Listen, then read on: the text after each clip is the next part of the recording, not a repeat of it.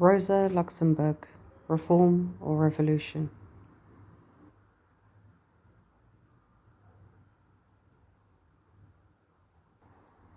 If it is true that theories are only the images of the phenomena of the exterior world in the human consciousness, it must be added concerning Edward Bernstein's system that theories are sometimes inverted images. Think of a theory of instituting socialism by means of social reforms in the face of the complete stagnation of the reform movement in Germany. Think of a theory of trade union control over production in the face of the defeat of the metal workers in England.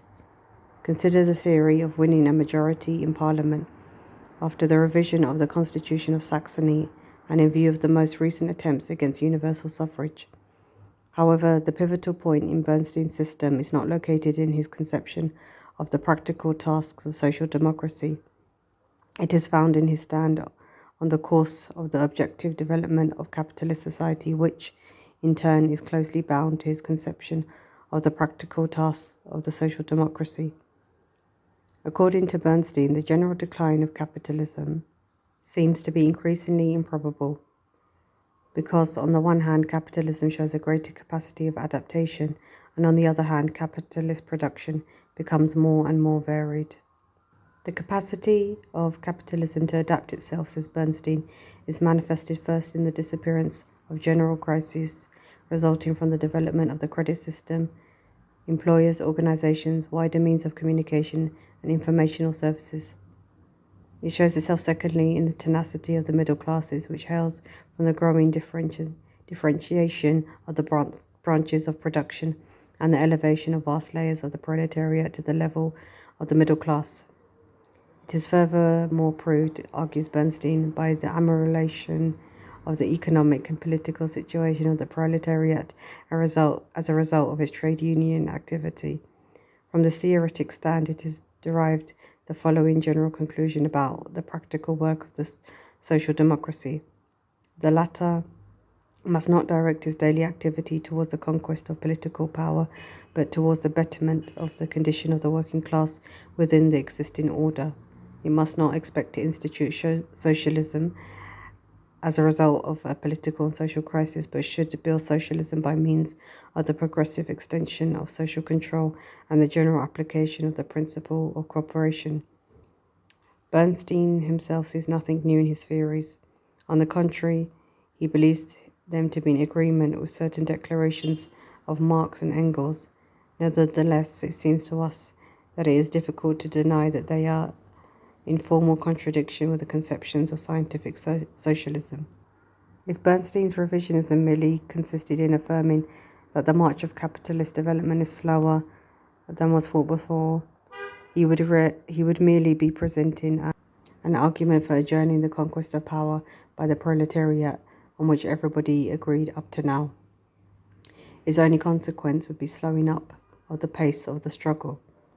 But that is not the case.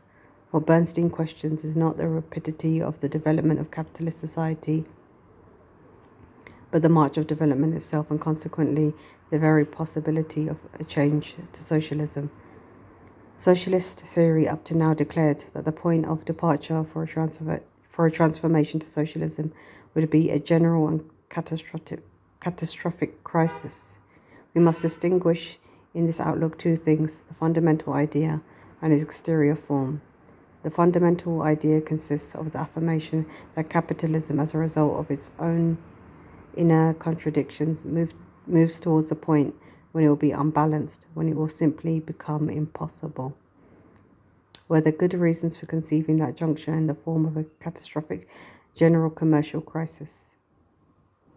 But that is of secondary importance when the fundamental idea is considered. The scientific basis of socialism rests, as is well known, on three principal results of capitalist development. First, on the growing anarchy of capitalist economy, leading inevitably to its ruin. Second, on the progressive socialization of the process of production, which creates the germs of the future social order. And third, on the increased organization and consciousness of the proletarian class, which constitutes the active factor in the coming revolution. Bernstein pulls away from the first of the three fundamental supports of scientific socialism. He says that capitalist development does not lead to a general economic collapse. He does not merely reject a certain form of the collapse. He rejects the very possibility of collapse. He says textually, one could claim that by collapse of the present society is meant something else than a general commercial crisis worse than all the others, that is, a complete collapse of the capitalist system brought about as a result of its own contradictions. To this he replies, with the growing development of society, a complete and almost general collapse of the present system of production becomes more and more improbable, because capitalist development increases on the one hand the capacity of adaptation, and on the other, that is, at the same time, the differentiation of industry. But then the question arises, why and how, in that case, shall we attain the final goal? According to scientific socialism, the historic necessity of the socialist revolution manifests itself above all in the growing anarchy of capitalism, which drives the system into an impasse. But if one admits with Bernstein that capitalist development does not move in the direction of its own ruin, then socialism ceases to be objectively necessary.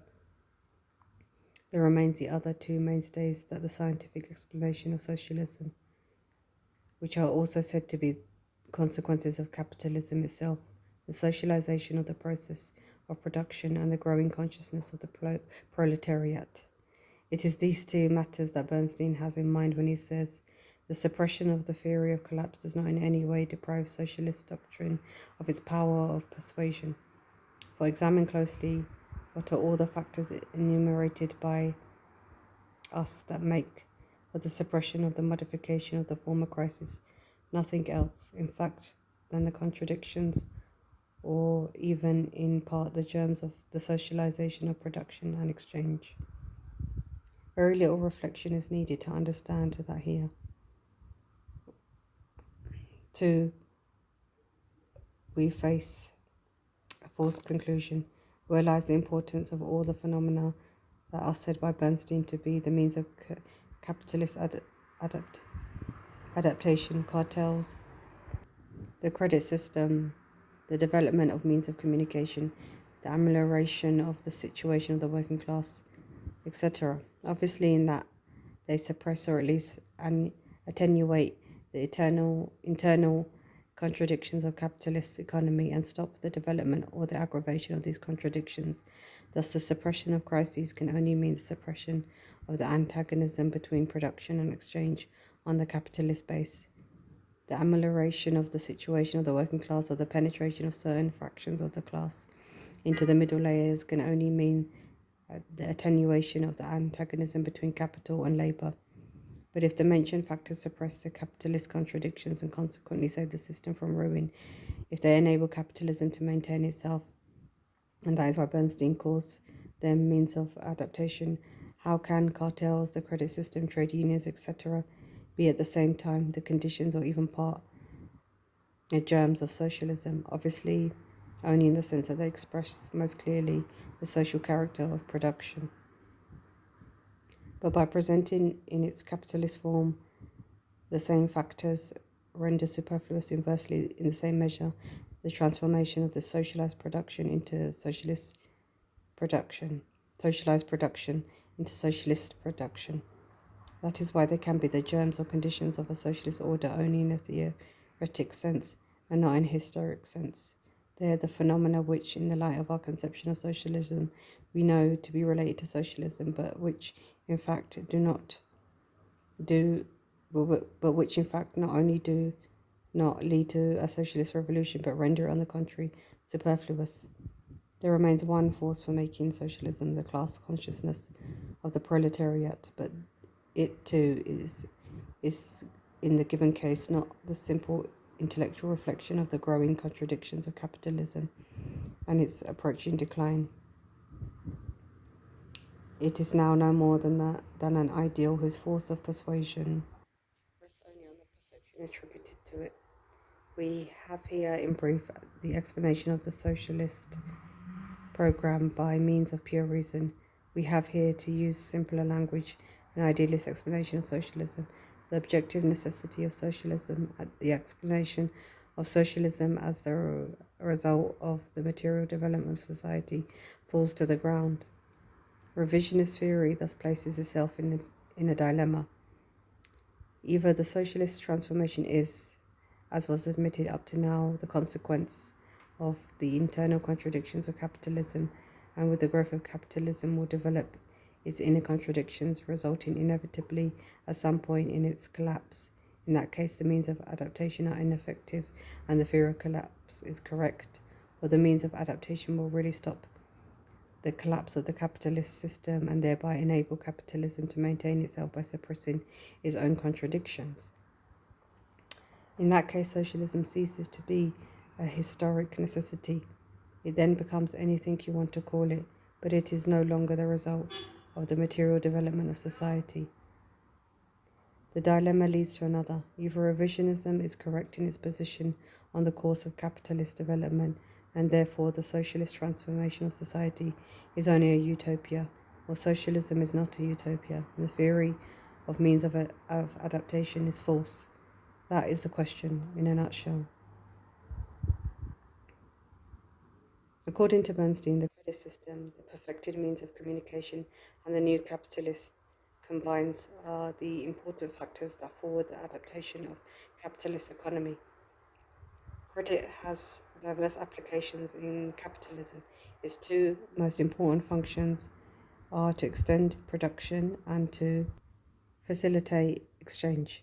With the inner tendency of capitalist production to extend boundlessly strikes against the restricted dimensions of private property, credit appears as a means of surmounting these limits in a particular capitalist manner.